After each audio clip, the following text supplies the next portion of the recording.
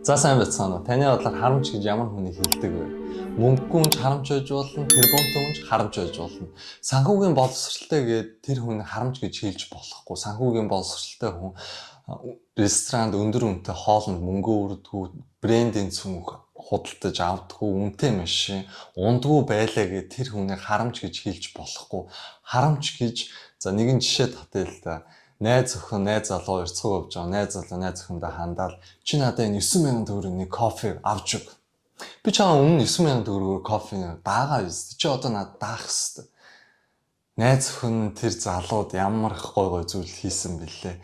Тэгсэн чинь нэг кофен дээр хүртэл амар нарийн тооцоотой тий. Найз нөхдөд хувьд одоо ийм зүйл байж болно шүү дээ. Одоо яах вэ? Харин найз охин, найз залуугийн хувьд ийм нарийн тооцоотой байх юм бол тоглоом дуусаа. Жижиг.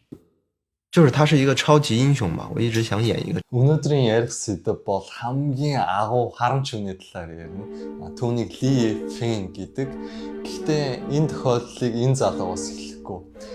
Шүн болж байгаа. Хятадд шөнийн 3 цагт нэгэн эмэгтэй өстэй. Хувцас нь амар хөлөрцөн, подолк ингээл новтон болцсон өстэй. Дуугаа ингээл унаалаа яг л нэг биелэгдшүү даалгавар авцсан. Хэрвээ тэр даалгаварт нь амжиж ирэхгүй бол бүх зүйл тесрэл өгч байгаа юм шиг.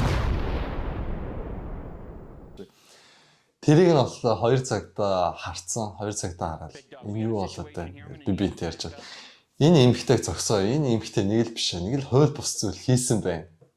Тэр эмэгтэйг зогсоогоол төр саатуулд юм. Эмэгтэй та ер нь хаашгаа ингээдлээ ярьж байгаа юм бэ? Одоо ч шөнийн 3 цаг болж байна шүү дээ. Та юу хийж байгаа юм гэсэн чинь нөгөө эмэгтэй амар амсгатцсан бүр хөлс нь гоочсон байдалтайгаар би Ли Фэний гэрээс гараа явж байна гэсэн чинь 2 цагт бүр гайхаал Ли Фэний A-листийн алдартай юм байна л да. Лист дээр бол хамгийн өндөрт гэсэн үг.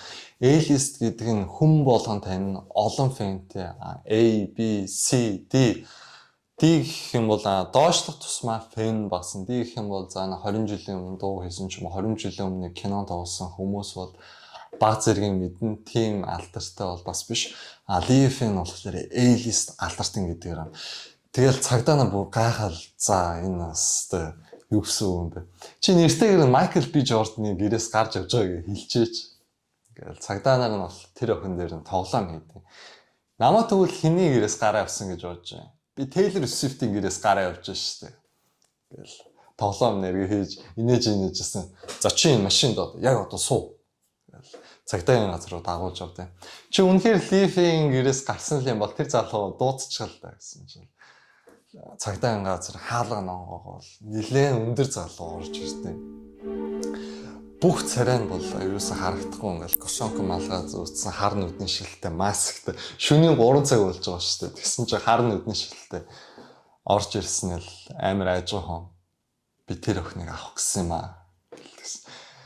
A-лист бүр үнэхээр алдартай охин нэг мөө хөлөрсөн ядарсан охиныг авч байгаад нь хүмүүс бүр гайхацгаасан. What гэд бүр юу вэ гайхаад. Гэтэ хамгийн сонирн бодол нь хүмүүс энэ охин тэгвэл шүн Ли Фэний гэрт юу хийж байсан юм бэ гэдэг таам гарч ирж байгаа. Ли Фэний талаар ярилцээ. Ли Фэн аав ээж нь төгс гэмээр царил хүмүүс хоёулаа модель аав нь бизнес эрхэлдэг. Ээж нь ажилгүй гэртээ хүүхдээ хараад байж байдаг. Ли Фэн азар генийн аваад өөрөөцсөн өндөр сайхан залуу цавцгаа амьстай. Ли Фэн бага ангидаа ингээд сурж байгаа л багш нь асуудаг. За хүүхдүүд та бүхний мөрөөдөл юу вэ гэсэн чинь Ли Фэн багшаа би гэл. Тэгэл багш нь за чи босоод тэр мөрөөдлөө яриа гэсэн чинь Ли Фэн би хамгийн агуу од болмоор байна гэсэн чинь багш нь уурлаад сууч чи юу яриад байгаа нь бод амьдралтайгаа ойрхон байгаа ч гээл тас загинчдیں۔ Ли Фэн гайхаал бүр сэтгэлээр за нэрэл бас миний буруу юм байна. Би ер нь бод амьдралтайгаа ойрхон бай гэж шийдтээ. Тэгэл удалгүй жилийн дараа бодол нь өөрчлөгдсөн.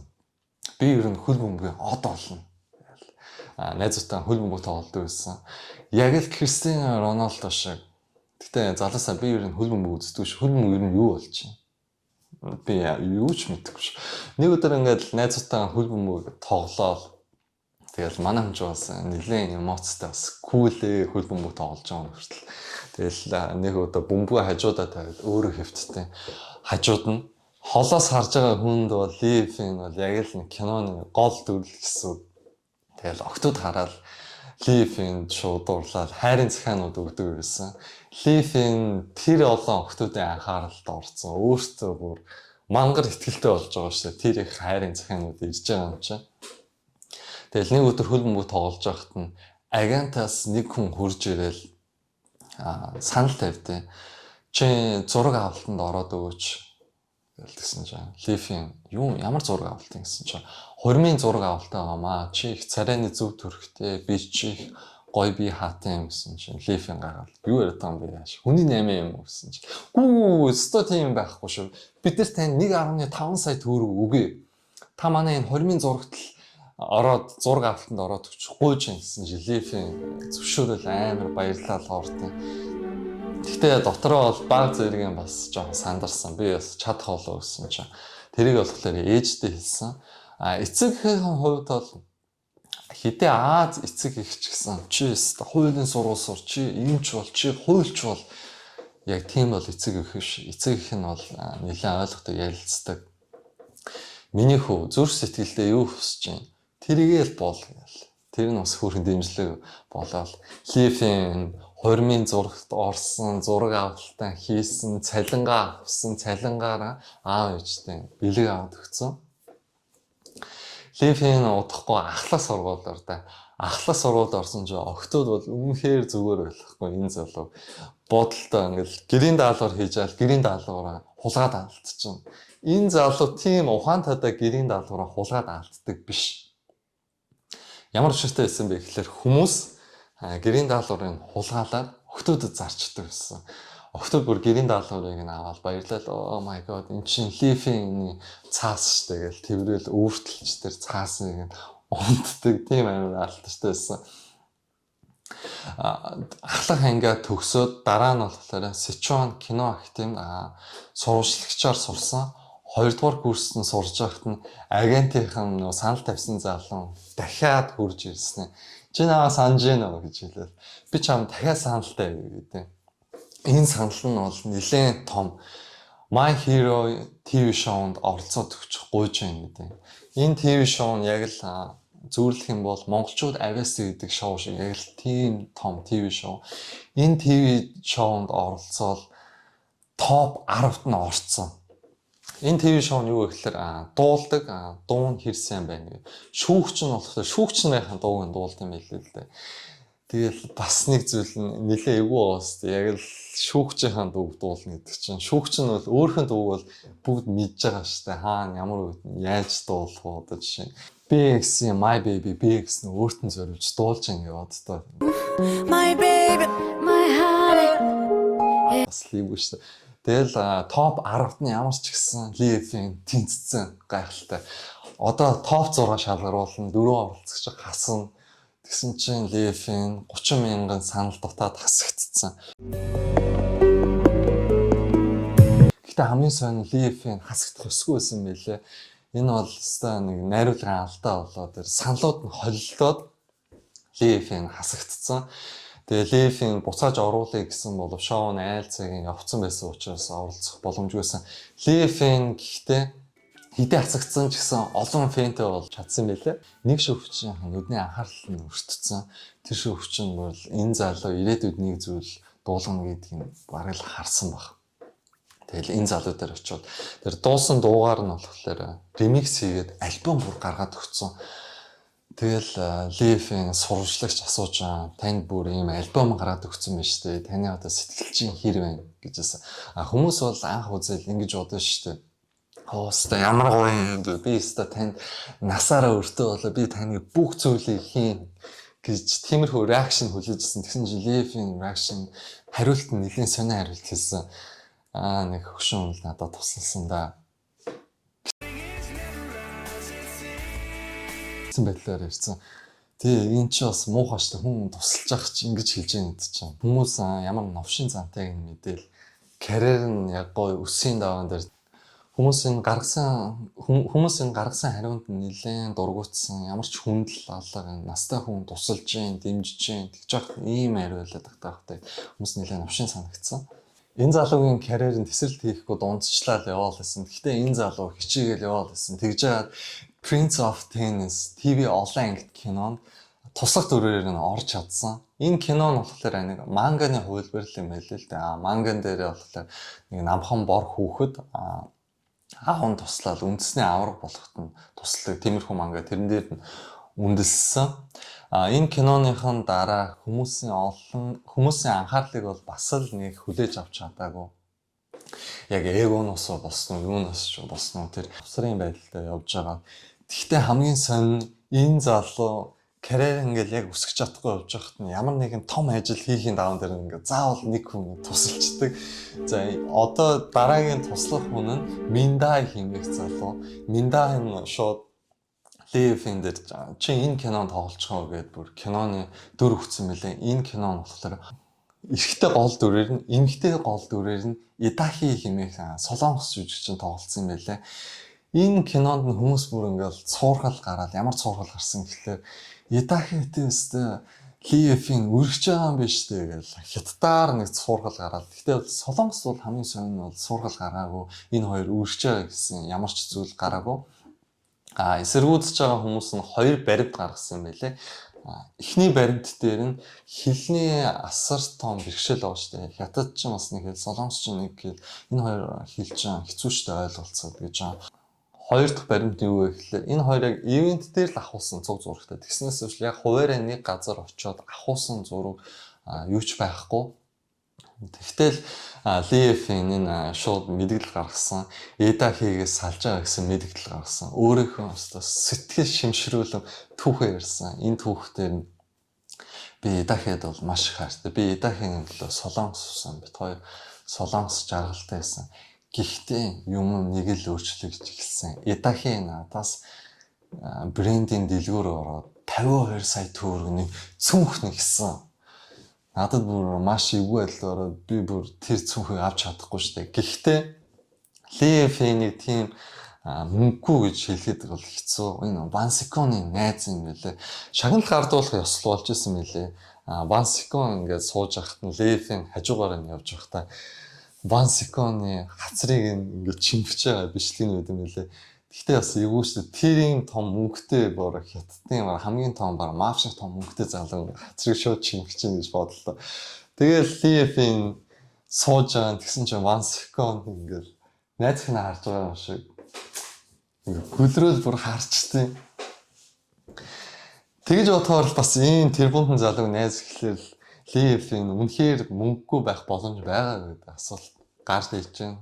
Хоёр дахь гэх юм бол тэгээд сэтгэл шимшрүүлэн түүхээ ярьж байгаа. Эдахын бас нэгэн зүйл шаардсан. Надад амьдрах байр хэрэгтэй. Надад маш гоё тансаг байр авч. Левин болохоор хэлтэй.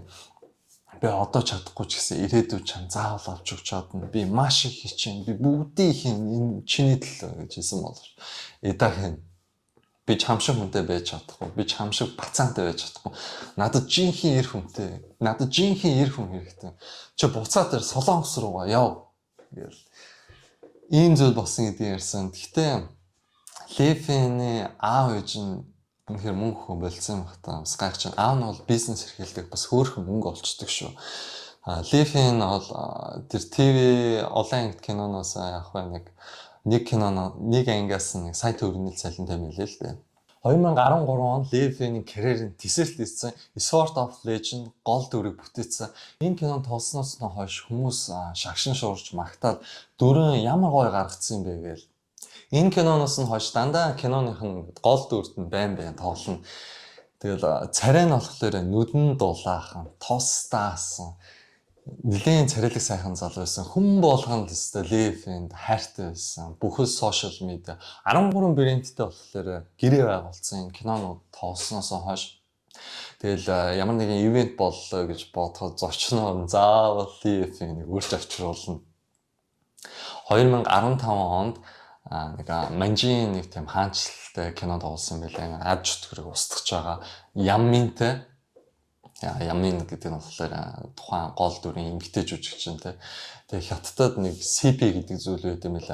Наад ч гэсэн байдаг л та одоо кино үзэн штэ. Тэнгүүд гол дүрийн эрэгтэй эмгтэй хоёр хүн. За энэ хоёр хүн л гоё бибиэндээ хайртай, романтикчлаад бибитэй гоё амьдраасаа гэж боддог. За тэгээд кино дууссан ч гэсэн за жүжигчнийг нь харчаал бодит амьдрал дээр ч гэсэн энэ хоёр маань бибитэй хайртай гоё амьдраасаа гэж хүсдэг. Хятадын бас хүмүүс нь бас яг л тийм хятадын CP гэдэг зүйл нь нөлөөлсөн байлаа. Яг Яммин, Лифийн хоёрыг хос байгаасаа гэд бүр нэлээд бүр тулгаад тэр хоёрыг холбочихсон.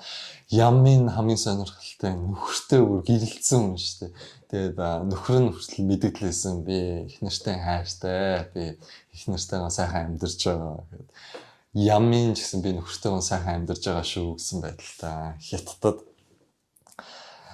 тийм зүйл болсон мөлий. Удалгүй Hundreds of Flowers гэх шагнал гардуулах ёслолын үеэр нь Лефийн киноны шилдэг туслах дүрм шагнал авсан мөлий. Хүмүүс бол зарим нэг үзэн ядагч нар байсан. За нэг авиас хүн яахлаар шагнал авчдیں۔ Бойл тэнийг юм гэсэн чинь. Гэхдээ одоо 1000 ингэж хэлээд ямар шаардлагагүйсэн яагаад гэвэл Лефийн үнэхээр алдартай болсон. Энэ хил амнуудаа Лефийн яаж чадхааргүй болгосон. Лефийн хүмүүс дуртай болж хэлжсэн. Одоо сурвалжлах авангууд амар сонирхолтой байдлаар хариулдаг зөө. Нилээн өөртөө ихтэйгээр царайны хувирлгүйгээр шууд ингээд тулгаа явчихдаг. Одоо юу ч асуусан. Жишээ нь ингээд нэг сурвалжлагч юм асууж байгаа ингээд халуун ус байсан байл да. Халуун усын Лефийн ингээд шууд уудсан. Тэгэл хүмүүс хараад гайхаал. Наач та халуунч гэсэн чи ойртооч гэсэн чи Лефийн ойртооч халуун суугаагүй сайхан байлаа. Сурвалжлагч тэгэхээр асуудаг. Та ойртон кинонд тоглоод ер нь их завгүй байна гэсэн чи Лефийн амар чухал царай гаргаал. Би жирэмсэлтэй үлдчихэв. Бүр одоо бүр энэ тохиолдолд бүр хүмүүс бүр юу ч хэлээ мэдгүй бүр тийм гайхширсан байдалтай. Тэгээд энэ залууд бол хүмүүс нэг хөвгчлөлтэй ч гэмээр юм уу тэгээд нэг амар serious царайгаар хөвгчлөлтэй байдлаа ингээд гаргачаад гайхаад. Тэгтээ ерөнхийдөө дуртай болж байсан. Бас нэгэн дуртай болсон шалтгаан гудамжинд нэг хүн юман зарж байсан, уруулын будгийн зарж байсан байлээ л дээ. Тэрийг нь бүх уруулын будгийн шууд худалдаад авцсан. Ингэснээр яах вэ? Тэр хүн юман зарцсан юм чи эртхэн харайз амарх боломжтой болсон. Энэ бүх зүйлээр хүмүүс бол нэлээд дуртайсан. Тэрийг нь болохоор нэг хүн шууд Steam хээ бичээд авцсан юм билээ. Тэр нь бичлэгэнд тарцсан. Лефийн багаар ховж юмд ороод карьераа баг зэрэг унаад ирсэн. Эхнийх нь ховж юм Lamborghini-га унаал. Гэхдээ аав ээж руу авч ирсэн. Тэгээ паспорт авахгүй авч ирсэн. Явж байгаа л гүүрний доор аваар хийцсэн. Тэгээ та бүгдээс асуух зүйл байна. Та хэрвээ аваар хийх юм бол таны хамгийн түрүүний алхам чи юу вэ? Та яг юу хийх ёстой? Мэдээж цагдаа дуудана, даатгалаа дуудана. Тэгээд ослын шалтгаан юу байна те? Тэгж зохицуулна шүү дээ. Тэгсэн чинь Лефийн аваар хийчээл шууд зүгтцсэн. Алга болсон. Тэр хүн дээр зүгтээ яг хаа холдох юм бэ? Уусаа л машины номер байна. Машины гэрчлэлийн дотор нь байна. Ерөөхдөө торгуул ирсэн. Торгуул нь болохоор 1 сая төгрөг юм байлээ. Тэгээ 1 сая төгрөгөөр торгуулсан. За энэ ховжиг бол бусдынууд бол арай гайгүй шүү. За одоо дараагийн ховжиг 2018 онд Синрит найзалж эхэлсэн. Big Bang Scenery. Scenery чи өөрөө сүүлийн мэдээлэлээр юу боллоо да санаж байгаа зү. Тэгээ Burning Sun Club-д нь орох дуртай. Тэгээ Scenery-ийн төрсөн өдрийг тэмдэглэх явсан мөлий. Нэгэн хүмүүс бол бас нэлээ окей. Энэ залуу лав гингүү гэдгийг лав гинтэй гэдгийг лав хүмүүс бол баг зэрэг гадралч гисэн. Хятадын Twitter болох Weibo дээр нэгэн пост гарч ирсэн. Хятадын алдартай дуучин жүжигчин нэрэндээ Ли гэх үсэг агуулсан хүн баримтлагч cancer culture болчихжээ гэсэн чинь хүмүүс бүр гайхацгаад хийм болтой гэж одуудыг харцгаал хэвээр одууд нь ивэнтээ хойшлуулсан хүн хийм бол гэсэн чинь Лефийн хойшлуулсан байсан мэлээ. Тэгээ Лефийн энэ дээр шууд тайлбар хийсэн. 落地没有落在杭州，落在了北京，因为这个防疫条例的事情，这好像是我第一次没有赶上活动。 Би хойшлуулсан мэхлээр ковид тусч миний бие амар муу. Удахгүй явсаар байгаа Лефийн шагнал авах хэрэгтэй байсан. шагнал ардуулах ёслолоор энэ шагнал авах тэр нэрийг нь хассан юм билээ Лифиний. Тэгэл хэрвээ ингээд вебсайт руу н орвол тэр Оскар руу н ороод за энэ алдартай ийм шагналууд авч ирсэн байна шүү гэд гардаг бол Лифинийх нь бүх тэр авч ирсэн шагналуудыг нь хасаа ицсэн байхгүй болгоцсон. Тэгэл хүүегээл хүмүүс гайхацгаа цагаан сарын ивентэд зочноор оролцоод ярилцах хэрэгтэй байтал бас л Лифийн нэрийг нь хассан. Маргааш нь вебо дээр цагдаагийн газараас пост бичигдсэн. Ли 35 настай эрэгтэй биеийн үнэлэгч авсан тул саатуулагдсан. Тэгэл пост гарч ирсэн. Тэгээ Лифинд гэрээ оголцсон бүх брэндүүд нь болохоор тэр партнершипүүдээ бүгдээ устгаа хийсэн 13 брэнд байсан. Budweiser, Prada, Remy Martin гэх мэтчлээ. Хятадд бол уул нь бол яг брэндтэй гэрээ хийцэн бол нэлээд хэмжээний мөнгө авд юм байлээ л дээ. Мөнгөнийх нь нэг Jane Star-ын мэдгэснээр бол 60% нь авдаг. За үлдсэн хувьд нь болохоор тэр менежер за тэгээд тэр агент нь өгөх хэвээр. Яг Солонгостой бол харьцуулах юм бол Солонгост бол дөнгөж 30% нь л яг цэвэр тэр жүжигчин одууд нь өгдөг юм байлээ. Тэгэхээр бол Хятадын мөнгө нь бол нэлээх мөнгө авна. Гэхдээ хэрвээ гэрээ байгуулчаад гэрээ дуусаагүй байх хугацаанд cancel culture болсон бол бид нар 10 төгрөгч байсан тэрийг танаас нэхэж авах ёстой гэдэг гэрээ байгуулсан мөлий. Тэгээ яг энэ утгаараа cancel culture болсон учраас буцааж мөнгө авахсан. Буцааж мөнгө авахт нь бол нэлээх мөнгө сарын 3.1 тэрбум төгрөг болж байгаа юм лээ. Яагаад вэ гэхээр тэр одоо поструудаа бүгдийг нь янзлах. Гэхдээ энд нэг асуулт байгаа. Үнэхээр Лифийн яг яаж анх мэдгдсэн бэ гэхээр тэр дугуун унжсэн хүүхэн гэсэн дээр Jane Star-ын мэдгдснээр бол тэр дугуун унсан бүсгүүд бол анхандаа бол яг 3 сая өгөх хэрэгтэй байсан юм лээ. Гэхдээ 3 сая өгөөгүй 2.4 сая хэлсэн. 2.4 сая өгөхдөө. За чиний би чинь бол 2.4 сая л үнэлэгдэнэ. Чи бол яаж утсан 3 сая хөрөхгүй гээд 2.4 сая хэлсэн. Тэгээд энэ эмэгтэй таксинд суулгаагүй түрээсийн дуугаар явуулсан. Мөнгөндөө гороогоод тэгээ баригдсан юм билээ. Тэгээд Хятадын цагдаа нар нэгэн тал тэр нэг биеийн үнэлэгчийг барьсан бол дараагийн биеийн үнэлэгчдийг барихад айгүй амархан болчтой юм лээ. Одоо ингээд 9 цагаас хойш бүх гүйлэнүүдийг шалгацдаг. За Лифинт яагаад уулзсан бэ гэд тэгээд шүн яагаад уулзсан бэ? Шүн гинт яагаад явсан бэ?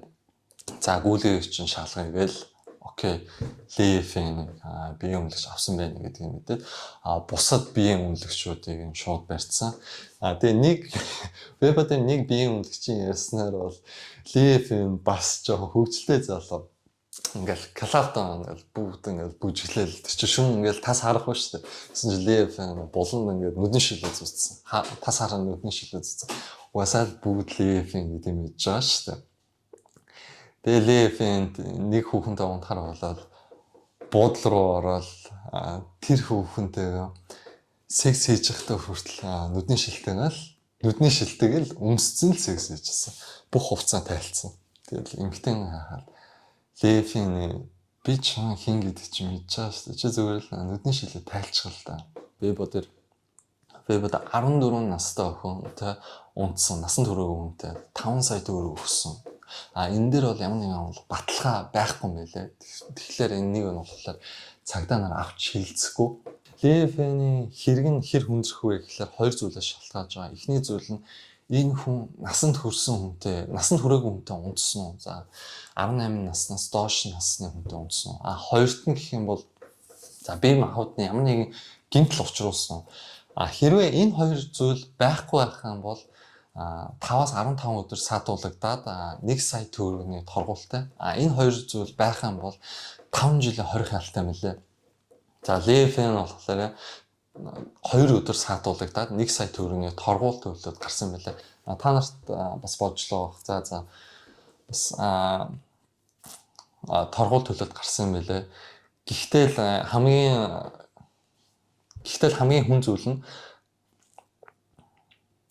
хамгийн хүн зүйл нь cancel culture болсон. брэнд Ливиний энэ явдалтай холбоотой хэд хэдэн Weibo постууд олон лайк авсан. Эхнийх нь Хятадын энэ алдартай одууд хоёр зүйлээс болж cancel culture болдог. Эхнийх нь татвараас болтдог, хоёр дахь нь олон хүнтэй унтгаал болчих. За дараагийнх нь болохоор таны хичнээн баян байна уу, ядуу байна уу, цоллог, уншин, олон үзэгч ямар шагнал авсан байна. Энэ бүгд чинь таны хизээж хамгаалж чадахгүй шүү. Энэ улстай бол Монгол бэдгүй зүйлийг хэлсэн байлээ.